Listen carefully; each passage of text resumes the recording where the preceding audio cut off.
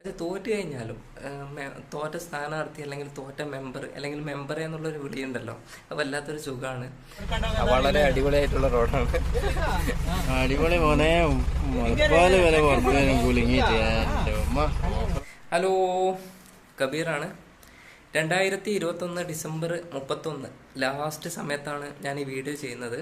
Video ചെയ്യാനുള്ള ഒരു കാരണം എന്ന് വെച്ച് കഴിഞ്ഞാൽ 2 ദിവസം മുമ്പേ കുടജാദ്രിയൊക്കെ പോയിട്ടുണ്ടായിരുന്നു. അപ്പോൾ അതുമായിട്ട് ബന്ധപ്പെട്ട് ഞാൻ ചെറിയൊരു ഇൻ്റർവ്യൂ ഒക്കെ ചെയ്തിട്ടുണ്ട്. പക്ഷെ അത് അൺഫോർച്ചുനേറ്റ്ലി എൻ്റെ ഫോണിൽ നിന്ന് ഡിലീറ്റ് ചെയ്യപ്പെട്ടു. അപ്പോൾ പുതിയൊരു ഇൻ്റർവ്യൂ ചെയ്യാൻ വേണ്ടിയിട്ട് അടക്കമാണ് ഇപ്പോൾ വീഡിയോയിൽ വന്നിട്ടുള്ളത്.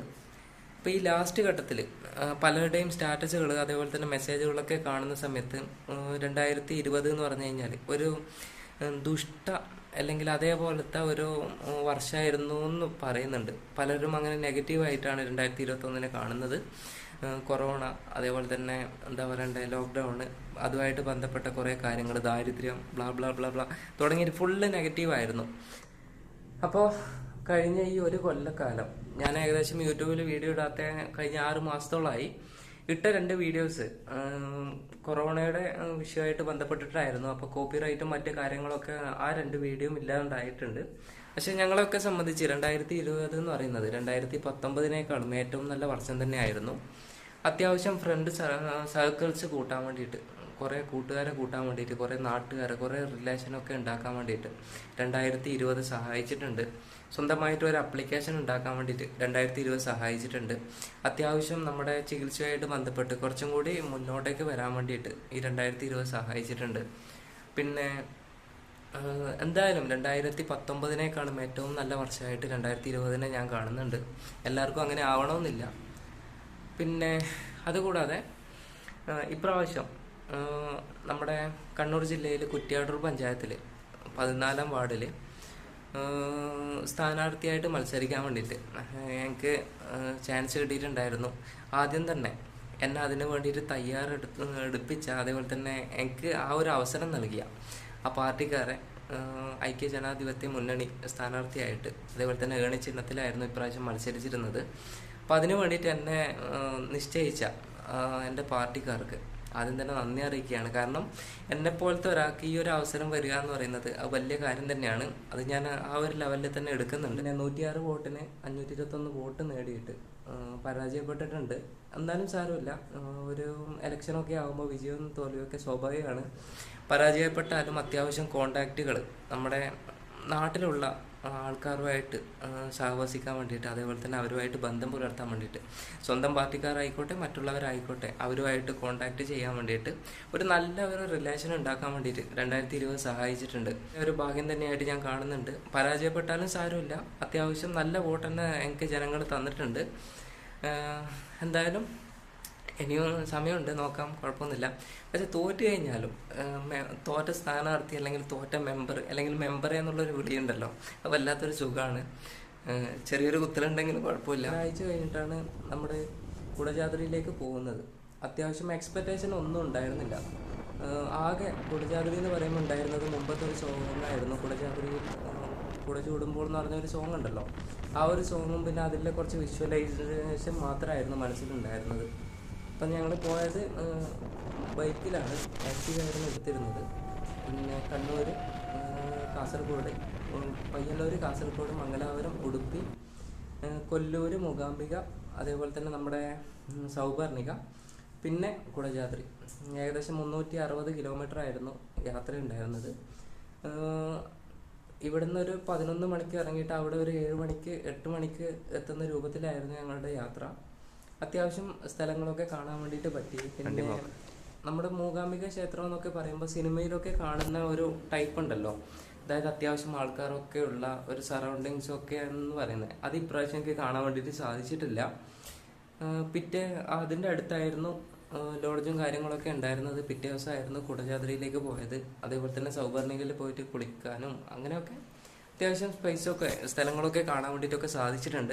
എന്തായാലും 2020 ഞങ്ങളെ സംബന്ധിച്ച് ഏറ്റവും നല്ല വർഷം തന്നെയായിരുന്നു. നെഗറ്റീവ് അടിക്കുന്നില്ല, കാരണം ചിലർക്ക് ബുദ്ധിമുട്ടുണ്ടായിരിക്കും. അത് എല്ലാ വർഷവും എല്ലാവർക്കും ഉണ്ടാകുന്നതാണ്. കഴിഞ്ഞ പ്രാവശ്യമാണെങ്കിൽ പ്രളയമായിരുന്നു. അതിൻ്റെ മുമ്പത്തെ പ്രാവശ്യമാണെങ്കിൽ വേറെ എന്തൊക്കെയോ പ്രശ്നങ്ങളായിരുന്നു. ഇപ്രാവശ്യമാണെങ്കിൽ കൊറോണ, ലോക്ക്ഡൗൺ, തേങ്ങ, മാങ്ങ എന്ന് പറഞ്ഞിട്ട് അങ്ങനെ കുറേ ഐറ്റംസ് ഉണ്ടായിരുന്നു. ഇതെല്ലാ കൊല്ലവും ഉണ്ടാകുന്നതാണ്. സ്വാഭാവികമായിട്ടും പറയാറുണ്ട് ഇന്നത്തെ കൊല്ലത്തിനേക്കാളും ഏറ്റവും ദുരന്തമായിരിക്കും അടുത്ത കൊല്ലം എന്നൊക്കെ.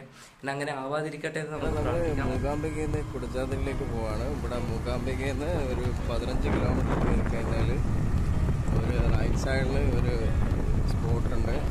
ട്രക്കിംഗ് അഥവാ ബൈ വാക്കിംഗ് ആണെങ്കിൽ ഒരു 8 കിലോമീറ്ററോളാണ് ഒരു ഗൈഡുകൾ പറയുന്നത്. അപ്പോൾ 8 കിലോമീറ്റർ കാട്ടിനുള്ളിലോട്ട് പോയാൽ കുടജാദ്രി എത്തും. അല്ലെങ്കിൽ പിന്നെ ജീപ്പിൽ പോകേണ്ട സൗകര്യമുണ്ട്. അത് ഏകദേശം പെർ പേഴ്സൺ 350 ആണ് ഇവർ പറയുന്നത്. അങ്ങനെയാണെങ്കിൽ ഒരു ജീപ്പിൽ 2000 രൂപയുടെ ആൾക്കാർ, അല്ലെങ്കിൽ ഒരാൾ പോവുകയാണെങ്കിൽ 350 വെച്ചിട്ട് കൊടുക്കാനും. അങ്ങനെയാണെങ്കിൽ 40 കിലോമീറ്റർ എസ്റ്റിമേറ്റ് ഇത് പറയുന്നത്. ചിലപ്പോൾ ഹൈപ്പോത്തിക്കേറ്റഡ് ആയിരിക്കും. അങ്ങനെയാണെങ്കിലും പറയുന്നത് 40 കിലോമീറ്റർ ആണ്. അറിയില്ല, നമ്മൾ ഏതായാലും പോയി നോക്കാം. See you soon later.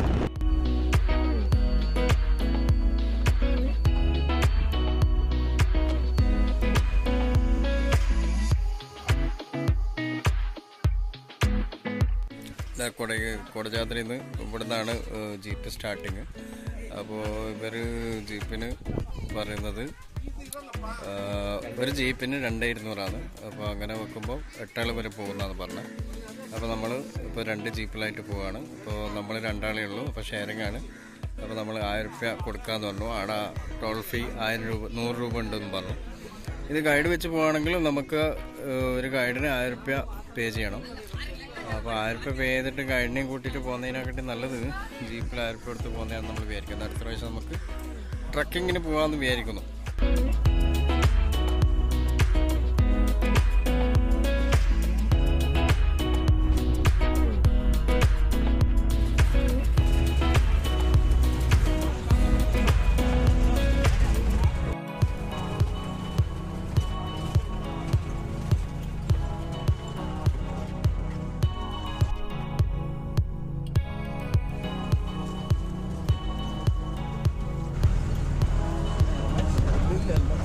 നമ്മൾ ബൈക്ക് എടുത്തിട്ടാണ് വരാൻ നോക്കിയത്. ഒരിക്കലും നടക്കൂല.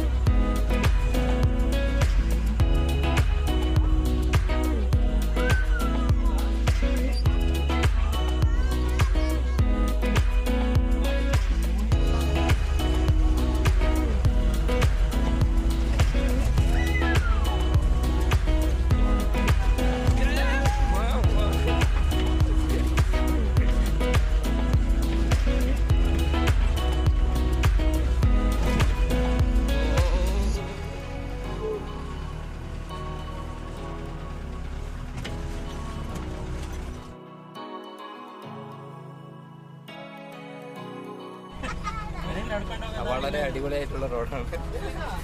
അടിപൊളി മോനെ, മുളപ്പാല് വരെ പുറത്തേനും കുലുങ്ങിയിട്ട് എൻ്റെ ഉമ്മ ഓഫ് റോഡിന്.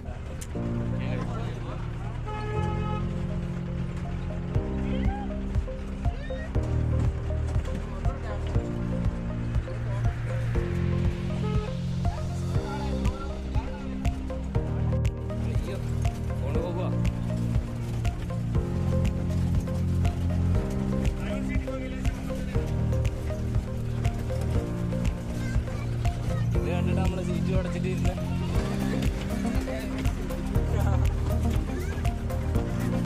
അയ്യോ, നല്ല സോഫ്റ്റ് റോഡാണ്. 2 നാൾ കരയാൻ തുടങ്ങി.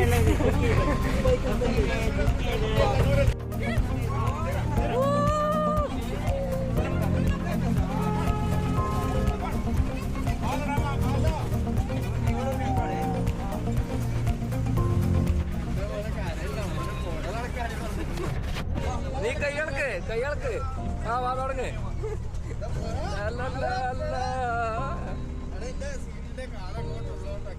ഇത്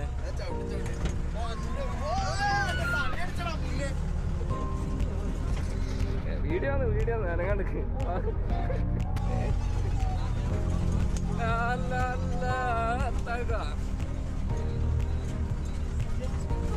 അയ്യോ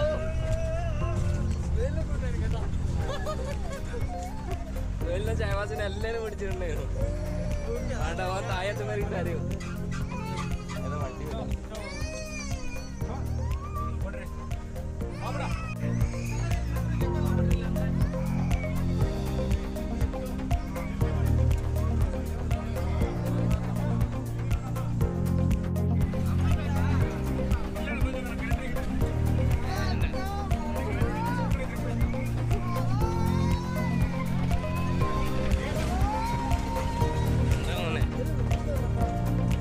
ഇപ്പൊ റെക്കോർഡ് അയ്യോ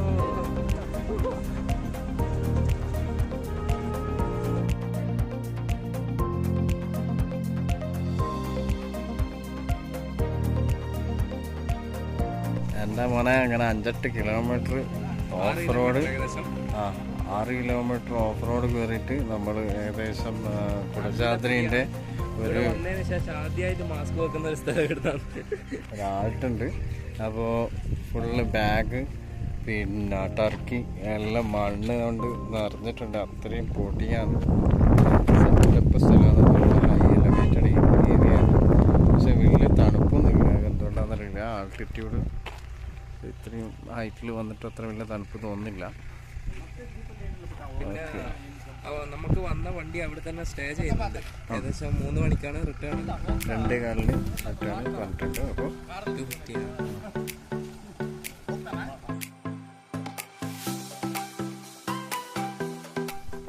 നമ്മൾ ട്രെക്കിംഗ് ആണ് ഉദ്ദേശിച്ചത്. പക്ഷേ ട്രെക്കിങ്ങിന് എന്താ വിഷയം എന്ന് വെച്ച് കഴിഞ്ഞാൽ ഗൈഡില്ല. പിന്നെ ഗൈഡ് ഏതെങ്കിലും ഒരാളെ കൂട്ടുകയാണെങ്കിൽ ഒരാൾക്ക് 1000 രൂപ വെച്ചിട്ട് കൊടുക്കണമെന്ന് പറഞ്ഞു. അങ്ങനെയാണ് അവസാനം എന്ത് ചെയ്തത്, നമ്മൾ ജീപ്പിൽ കയറിയത്. ഇപ്പോൾ നമ്മൾ 1 മണിക്കൂർ കയറാണ്ടെന്ന് പറഞ്ഞു. അതിൻ്റെ മേലത്തെ സ്പോട്ടാണ്. അത്യാവശ്യം വിചാരിക്കാത്ത എന്താ പറയണ്ടേ ട്രക്കിംഗ് എക്സ്പീരിയൻസ് ആണ്. ഇപ്പം മേലെ നമ്മൾ സ്പോട്ടിലെത്തിയതിന് 2 കിലോമീറ്റർ മേലേക്ക് നടക്കാനുണ്ട്. അത്യാവശ്യം നല്ല ഇപ്പോൾ ഇവിടെ എനിക്ക് നിൽക്കുന്നത് ഫുള്ള് ഹൈ റേഞ്ചാണ്.